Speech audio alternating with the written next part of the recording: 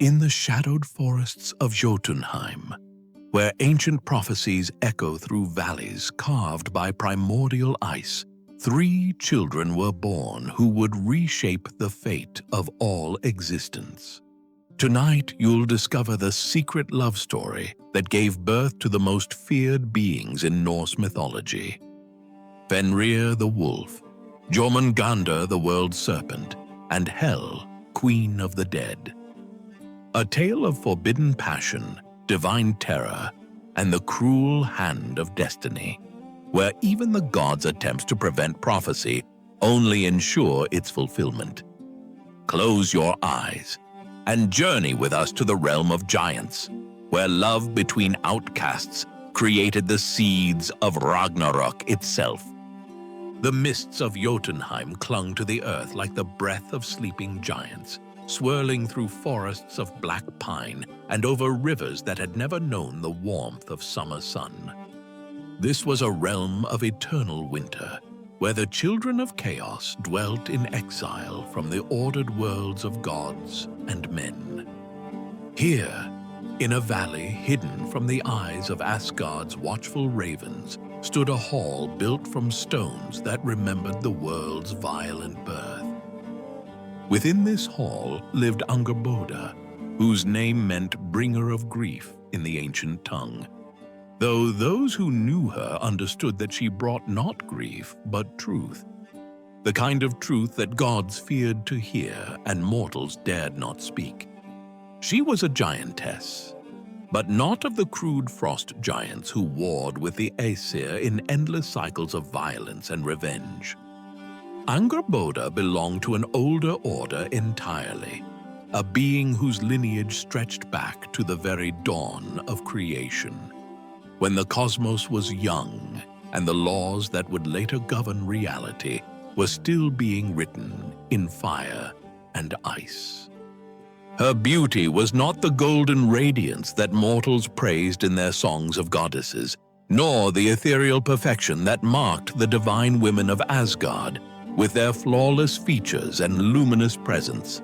Instead, Angrboda possessed the terrible beauty of natural forces unleashed, the awesome magnificence of winter storms that could reshape landscapes, of mountain avalanches that moved with unstoppable power, of deep forest fires that cleared away the old to make room for new growth. These were forces so powerful and fundamental that they could only be admired from a safe distance, their beauty inseparable from their capacity for destruction. Her hair was black as the space between stars, flowing like liquid shadow when she moved, and it seemed to absorb light rather than reflect it. When she walked in starlight, her hair would blend with the darkness so completely that she appeared to be a moving constellation, her pale skin the only indication of her presence. Her eyes held depths that reflected not the surface light that illuminated the material world, but the primordial darkness from which all things had emerged, and to which they would eventually return. Those eyes had witnessed the birth of worlds and the death of stars. For Angrboda's sight was not limited to the present moment, but could perceive the vast flows of time that connected past, present, and future into a single, eternal moment. She had watched the first gods emerge from the void, had seen the frost giants carve the earliest realms from cosmic ice, and had witnessed the delicate dance of creation and destruction that maintained the balance of all existence. Angrboda possessed the gift of sight beyond sight, the ability to perceive the threads of fate as they wove themselves through the pattern of existence with an intricacy that would have overwhelmed lesser minds. These threads appeared to her not as abstract concepts, but as visible, tangible things, strands of light and shadow that connected every living being to every other, creating a web of cause and effect that stretched across all the realms and all the ages. She had seen the twilight of the gods long before any prophet spoke of Ragnarök, had witnessed in visions so vivid they seemed more real than waking life, the final battle that would end one age and begin another. In these visions, she had watched the great wolf Fenrir swallow the sun, seen the world serpent Jormungandr rise from the ocean to poison the sky, witnessed the armies of the dead march under her daughter's banner across battlefields littered with the corpses of gods and giants alike. This knowledge was both her greatest gift and her most terrible burden, for she understood with absolute certainty that the future, once glimpsed through the eye of true prophecy, could not be changed, only fulfilled in ways that often mocked the desperate efforts of those who tried to prevent it. Every attempt to alter destiny only strengthened the very forces that would bring it about, creating new paths that led to the same inevitable conclusion. The weight of this knowledge had shaped Angrboda's character in profound ways. She moved through existence with the calm dignity of one who understood that all struggles were temporary, all victories fleeting, all defeats merely steps along a longer path. She felt neither triumph nor despair at the visions she witnessed, for she knew that joy and sorrow were equally transient in the face of eternal time. Yet despite her cosmic perspective, or perhaps because of it, Angrboda was capable of deep and abiding love. She loved with the intensity of one who understood how precious and fragile all connections truly were, how brief the time allowed for any two souls to find each other in the vast emptiness of existence. When such love came to her, she embraced it completely, knowing that its temporary nature made it no less real or valuable. Her hall was a reflection of her nature, built from stones that had been witness to the world's violent birth, its architecture following principles that predated the classical forms favored in Asgard or the crude functionality preferred by the frost giants.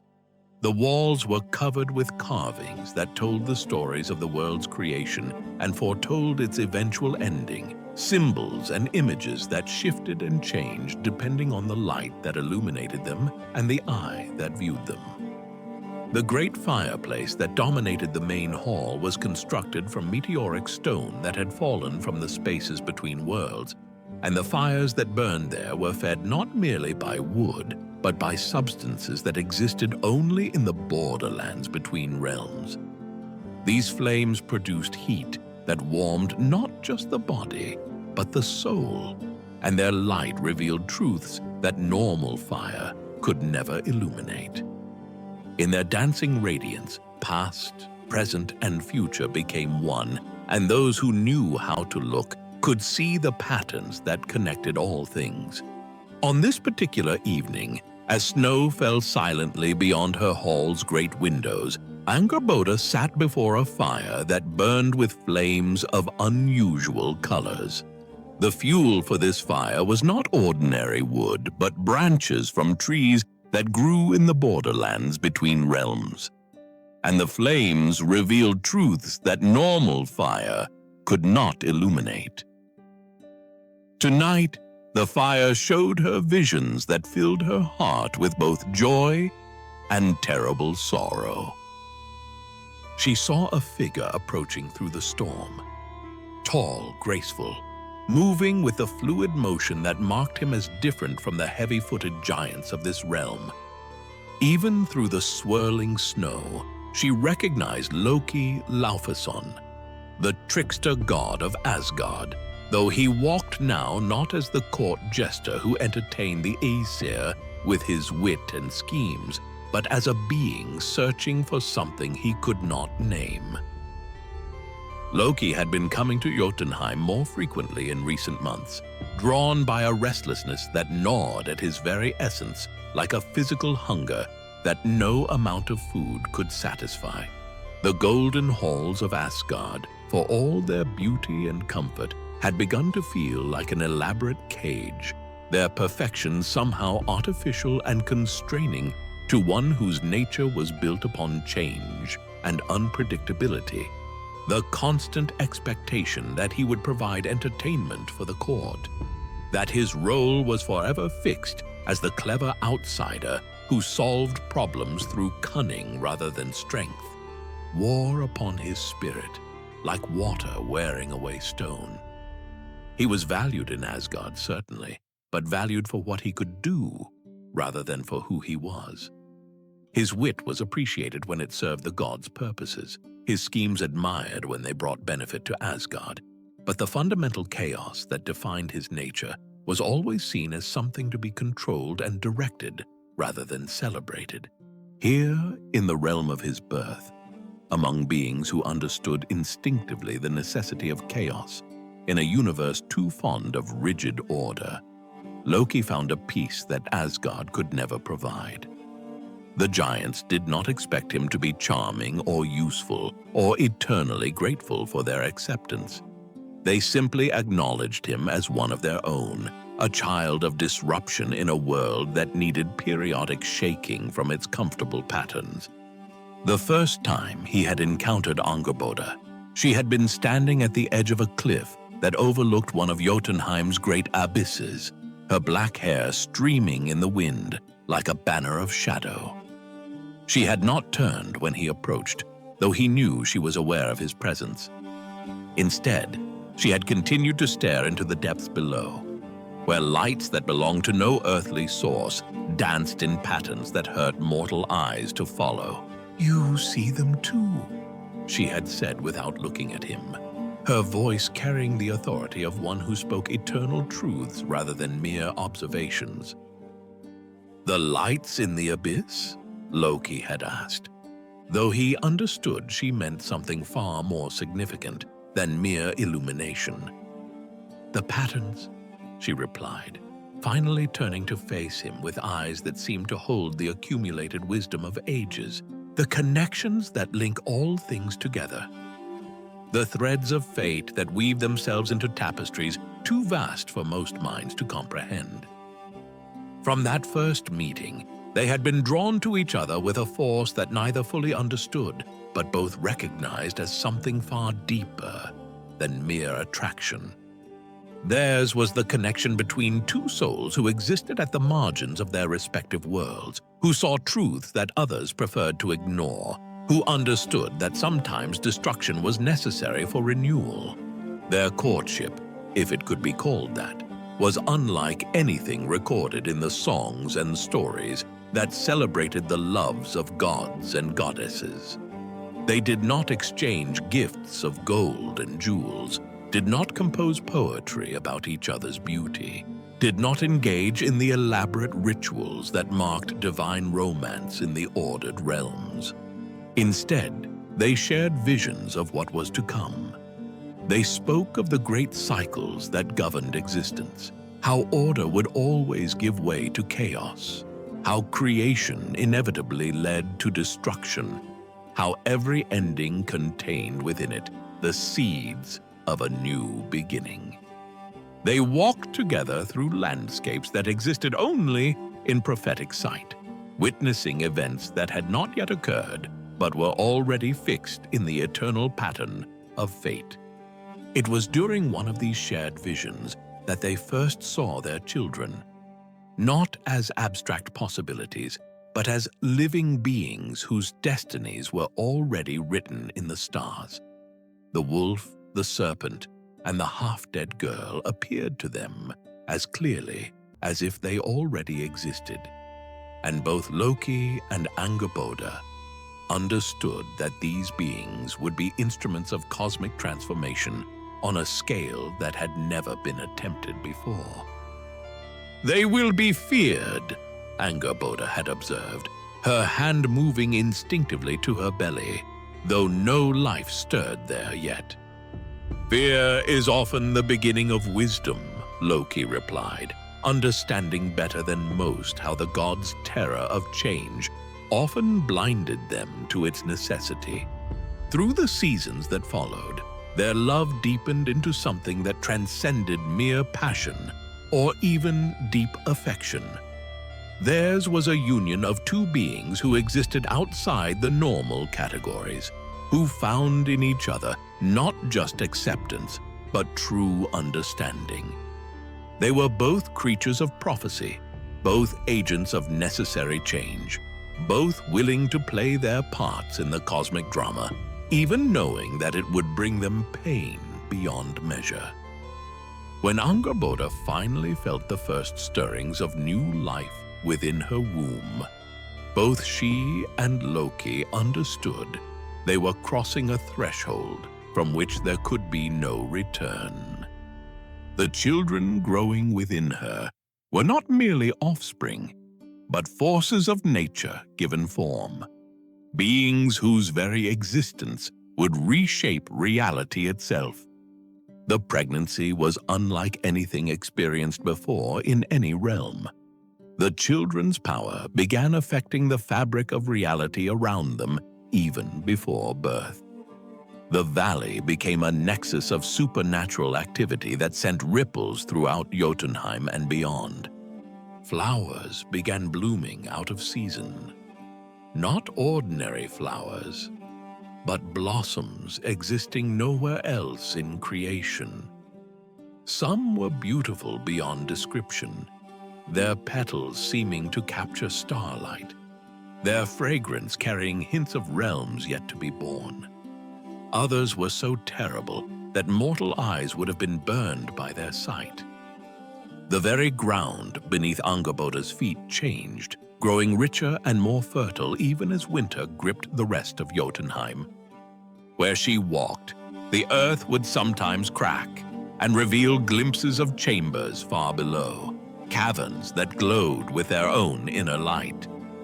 The sky above her valley began displaying phenomena never seen before.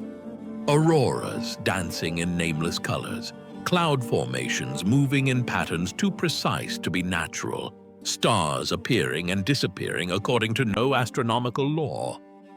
These were signs that the cosmic order was preparing for changes that would accompany the birth of beings whose existence challenged the established structure of reality. The great door of her hall swung open, admitting a swirl of snow and the figure of Loki, his dark cloak dusted with white and his green eyes bright with the cold. He moved to the fire without speaking, understanding that words were often unnecessary between them. The flames reflected in his eyes, and for a moment Angrboda saw in them the same visions that had filled her own sight.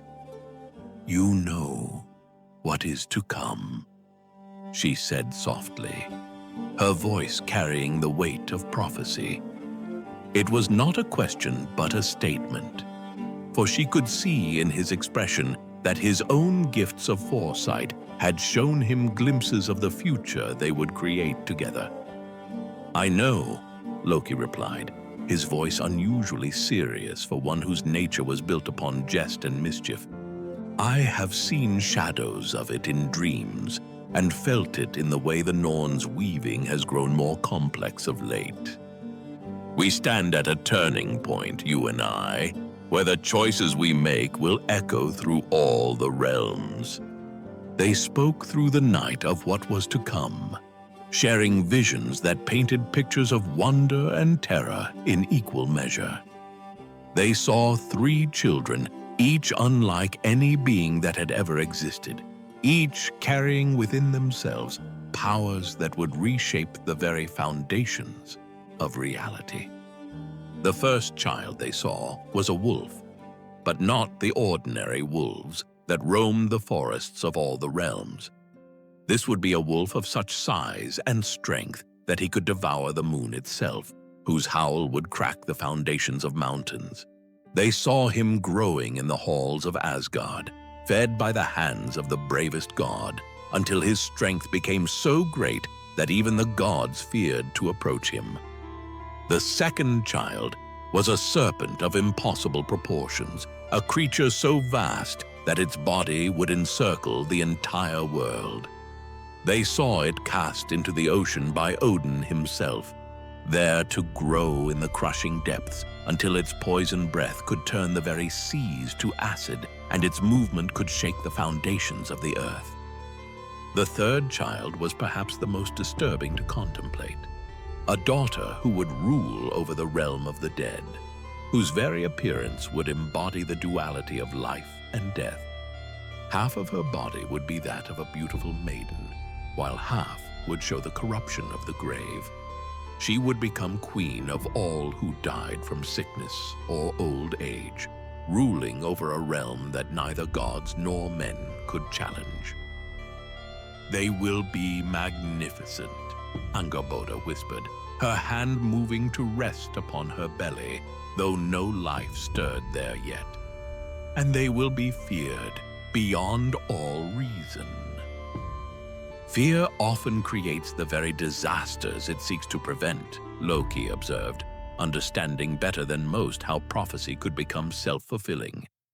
"The gods' attempts to cage or destroy our children may well ensure that they become everything the prophecies predict." Through the winter months that followed, their love deepened into something that transcended mere passion. Theirs was a union of two beings who existed outside the normal order, who found in each other the acceptance and understanding that the rest of the cosmos denied them. When spring came to Jotunheim, such spring as that frozen realm ever knew, Angrboda felt the first stirrings of new life within her womb. The pregnancy was unlike anything that had been experienced before in any of the realms. The children growing within her were beings of such power that their very presence in the womb began to change the fabric of reality around them. Flowers bloomed out of season in Angrboda's valley, but they were flowers unlike any that had been seen before. Some beautiful beyond description, others so terrible that mortal eyes would have been burned by their sight. The first child to be born was the wolf, arriving in winter's depths during a storm that raged across all 9 realms simultaneously. As Angrboda's labor began, the aurora borealis erupted in patterns so complex that even gods paused to stare. The earth pulsed with ancient energy, and wells bubbled with water that gleamed like starlight.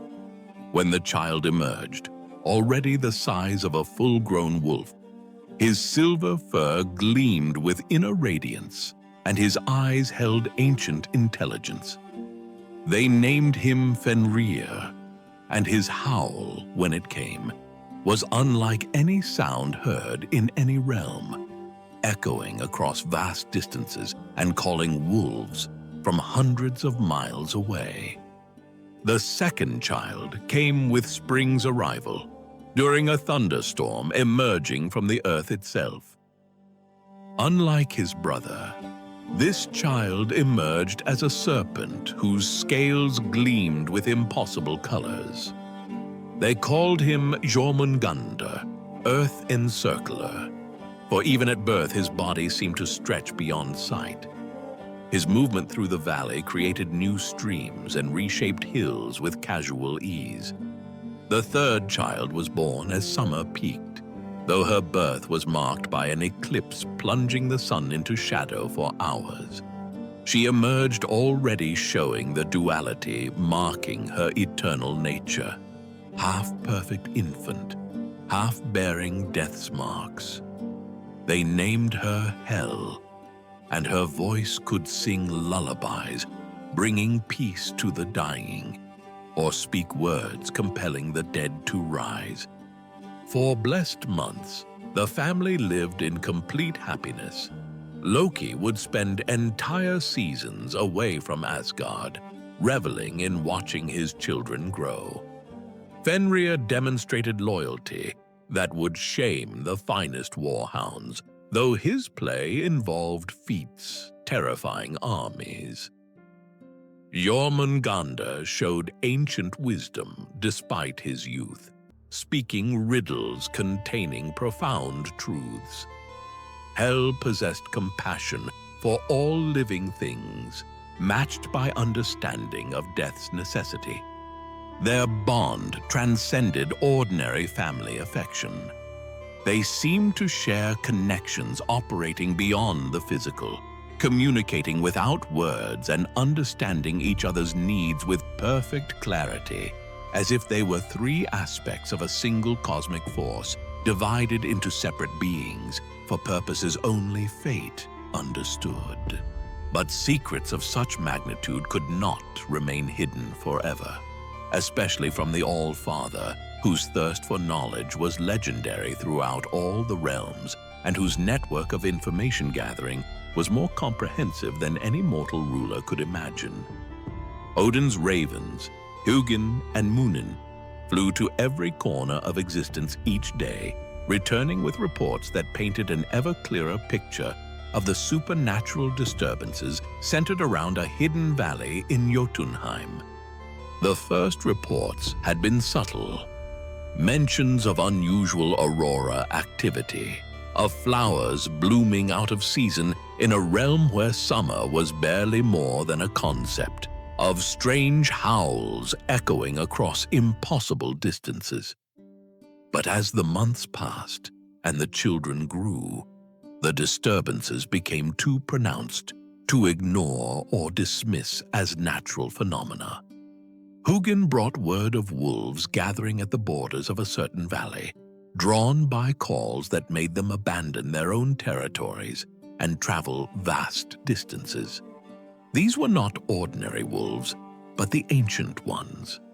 The dire wolves whose lineage stretched back to the beginning of time. Creatures that acknowledged no master and bowed to no authority. Yet they came when the howls echoed across the frozen landscape, sitting in perfect silence at the valley's edge, as if awaiting some unimaginable summons. Munin reported even stranger phenomena. Areas where the very earth seemed to move and shift according to no natural law, where streams changed course overnight and hills reshaped themselves as if molded by invisible hands. Most disturbing were his observations of reality distortions, places where the normal laws of physics seemed to operate differently, where distances became fluid and time itself appeared to flow in patterns that defied measurement. But it was the reports brought by the Norns that truly captured Odin's attention and filled his single eye with the cold fire of concern that bordered on fear. The three sisters who wove the fates of gods and men at the base of Yggdrasil had been working with increasing urgency in recent months, their weaving becoming so complex and intricate that it strained the very fabric of the cosmic loom they used. Urd, who governed the past, spoke of threads that emerged from nowhere, connecting to events that had never occurred, but somehow existed in the tapestry of fate.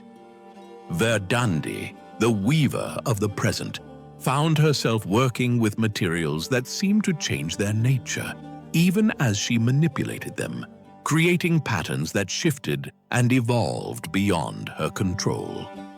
Most troubling was Skuld, who shaped the future, for she reported threads so dark and heavy with portent that touching them left her fingers stained with something that was not quite blood, but carried the essence of endings. The requests for audience with the All-Father came from sources throughout the 9 realms. Seers and prophets who had felt disturbances in their visions, scholars who had noticed anomalies in their ancient texts, even common folk who reported dreams so vivid and disturbing that they felt compelled to share them with anyone who would listen. When Odin finally decided to investigate personally, using his abilities to project his consciousness across vast distances, what he discovered filled him with a mixture of awe and terror that he had not felt since the earliest days of creation.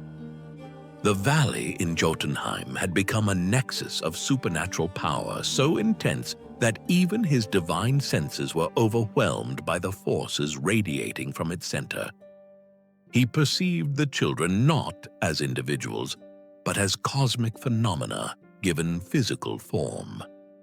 The wolf registered to his enhanced sight as a vortex of pure destruction, a force that would eventually grow large enough to swallow celestial bodies.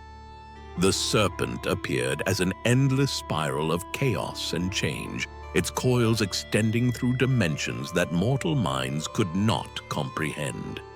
The half-dead girl manifested as a gateway between the realms of life and death, a bridge that could be crossed in both directions by those who understood her nature. But more disturbing than the children themselves was what Odin saw when he looked at the threads of fate that surrounded them. These were not ordinary destinies, but cosmic imperatives, woven into the very structure of reality with such force that they seemed to bend space and time around themselves.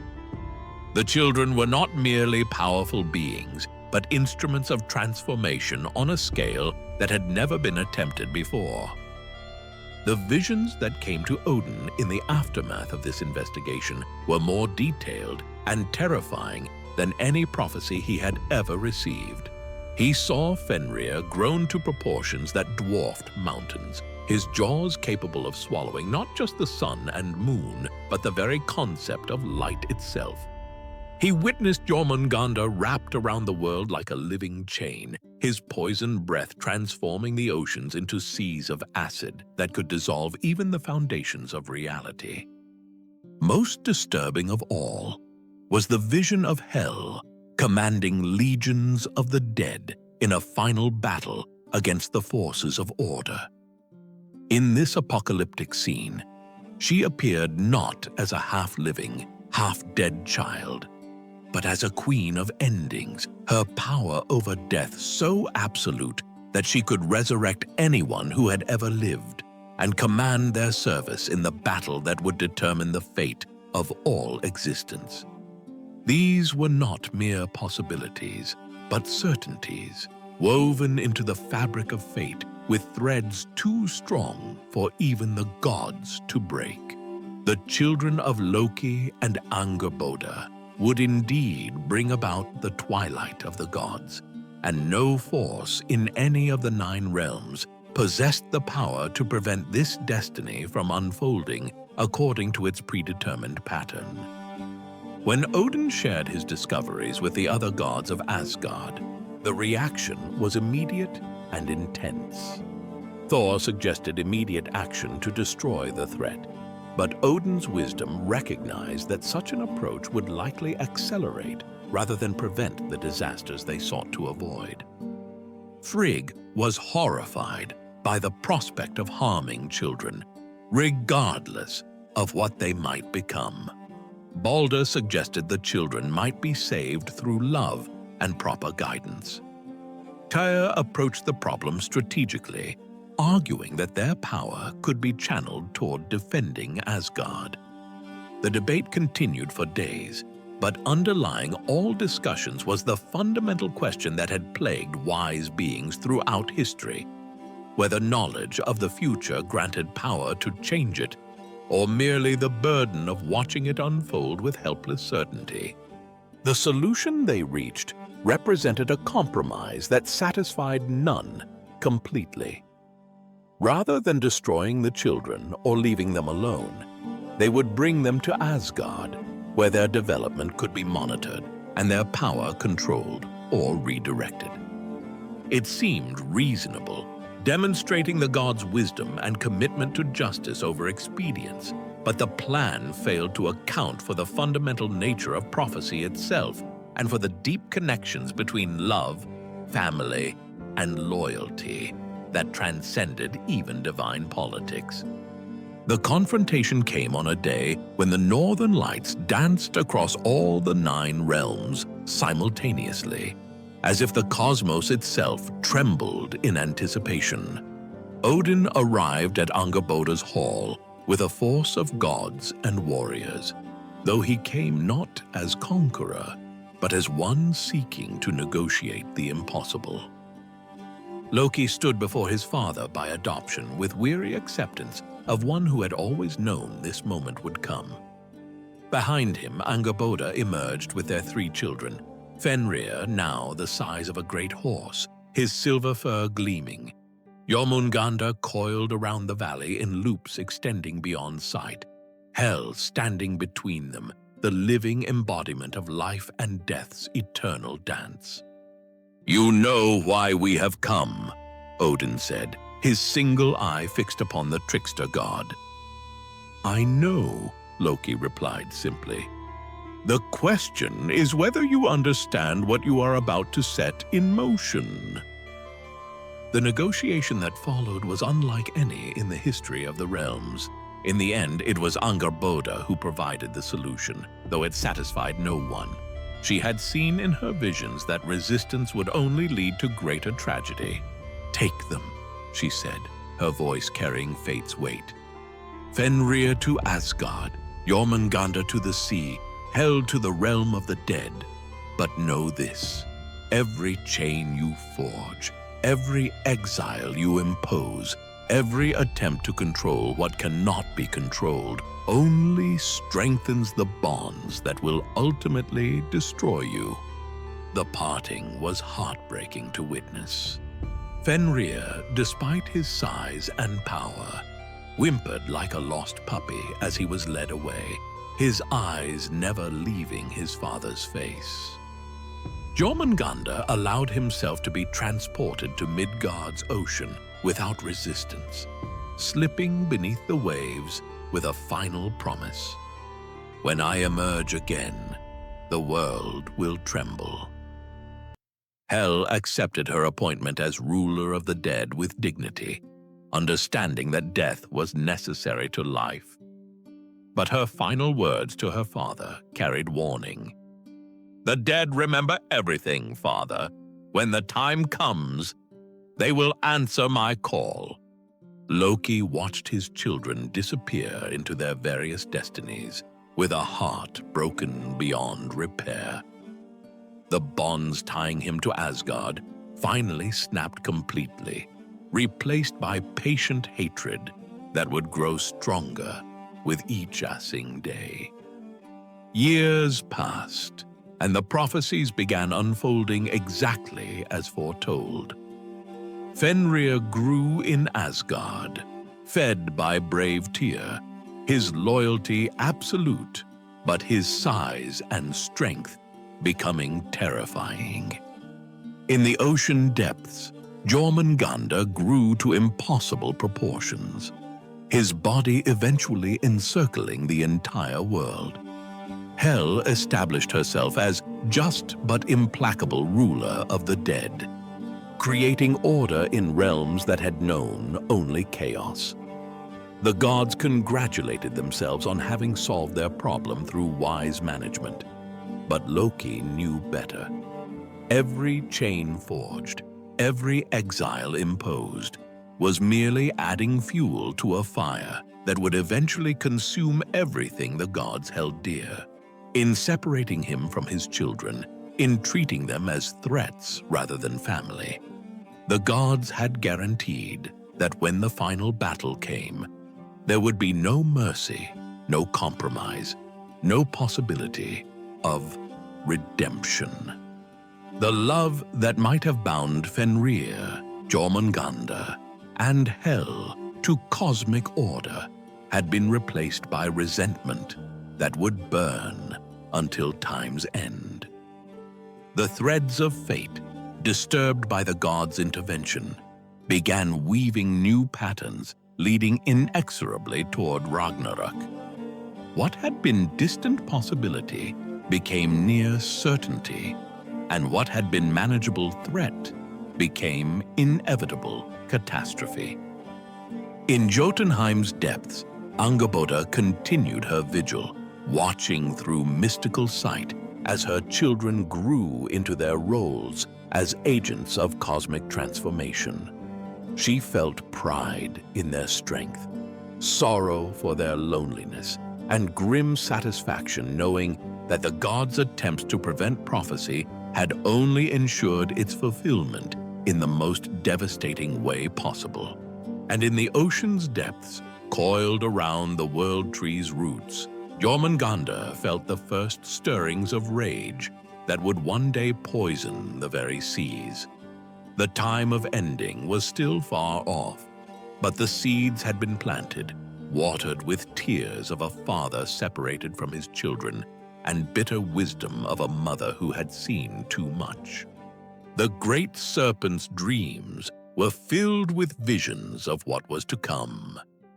He saw himself grown to proportions that would dwarf the largest mountains, his body wrapped around the entire world like a living chain that bound reality itself.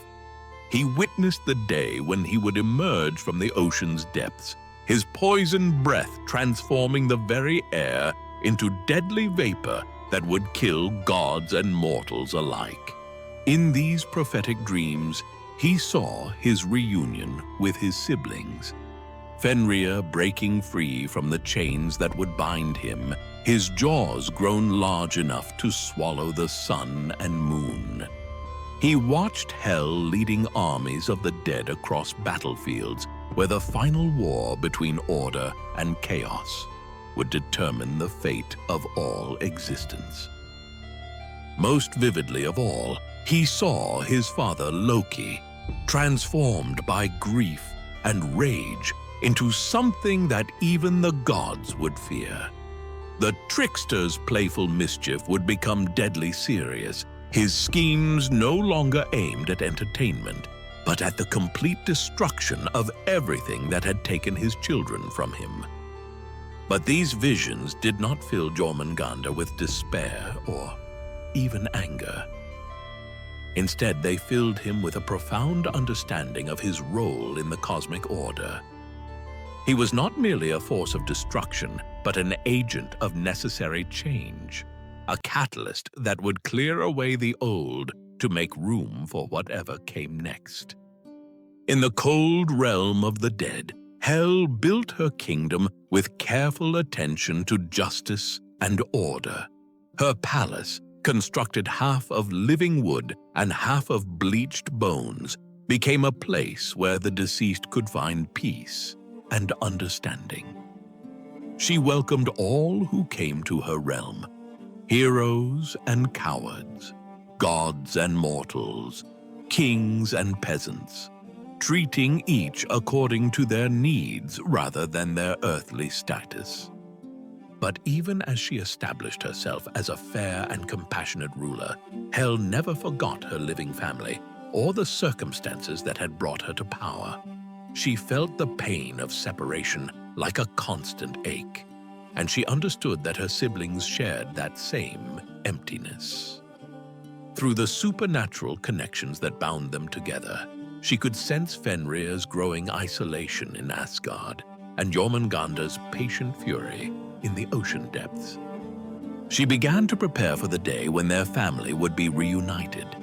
In the deepest vaults of her palace, she gathered weapons and armor forged from materials that existed nowhere else. Metal drawn from the bones of the earth itself, leather tanned from the hides of creatures that had died before time began.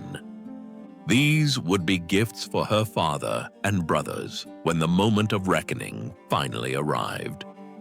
The dead who served her understood their mistress's dual nature and the cosmic forces she represented. They saw in her not just a ruler, but a bridge between the world of the living and whatever lay beyond death itself. Some whispered among themselves that when the final battle came, she would lead them back to the world they had left behind, giving them the chance to settle accounts with those who had wronged them in life. In Asgard, Fenrir's situation grew more complex with each passing season. The gods treated him well, providing him with the finest food and comfortable quarters, yet he could not escape the knowledge that he was essentially a prisoner.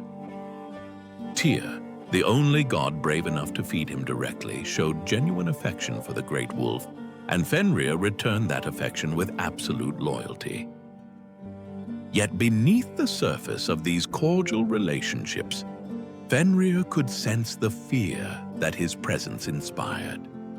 He heard the whispered conversations that stopped when he entered a room, felt the tension that accompanied his every movement through the halls of Asgard. The god's kindness was real, but it was the kindness shown to a dangerous beast that might turn savage at any moment. As his size and strength continued to increase, reaching proportions that dwarfed even the largest creatures that had ever lived, Fenrir began to understand that his situation could not continue indefinitely. The god's fear of him was growing as rapidly as his physical power, and he could sense that they were already beginning to discuss solutions to the problem he represented. The great wolf's dreams were filled with visions of chains, bonds forged from materials that did not exist in the natural world, restraints designed specifically to hold a creature of his unique nature and tremendous power. He saw himself being tricked into accepting these bonds, his trust in the gods being used as a weapon against him. But these prophetic visions did not inspire despair or even anger. Instead, they filled Fenrir with a calm understanding of his destiny. He knew that the day would come when the gods' fear would overcome their sense of justice, and when that day arrived, he would play his part in the cosmic drama with dignity and purpose.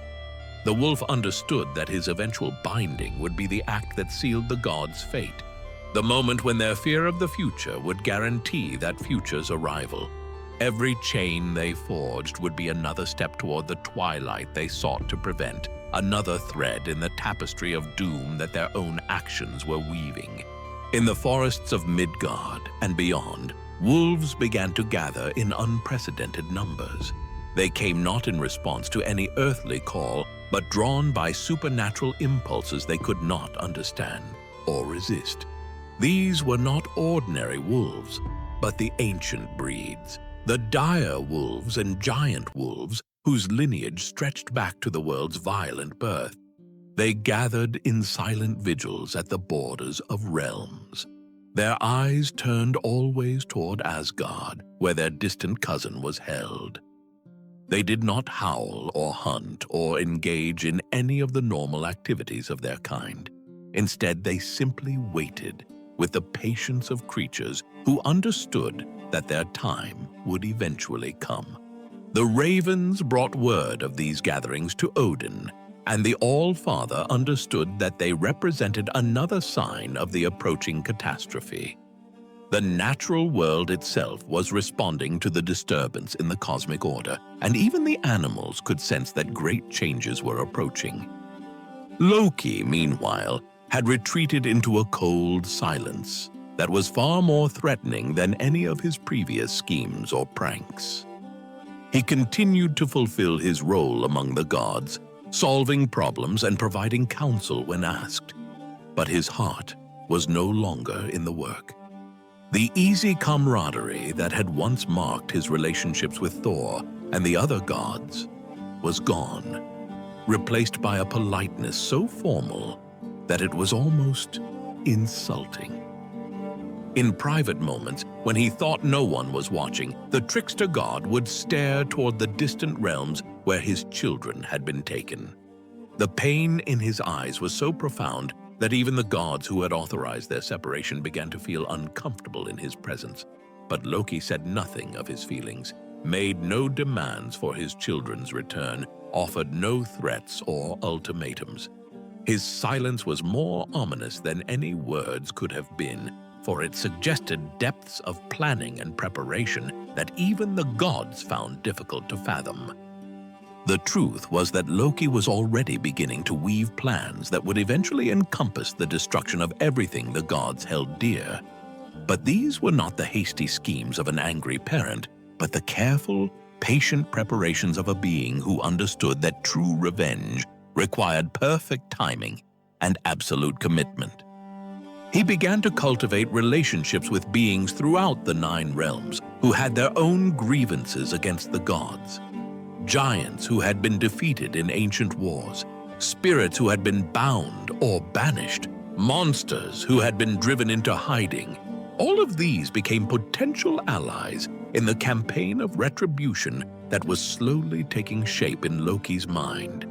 The threads of fate, disturbed by the god's intervention in his family's destiny, began weaving themselves into new patterns that led inexorably toward Ragnarök.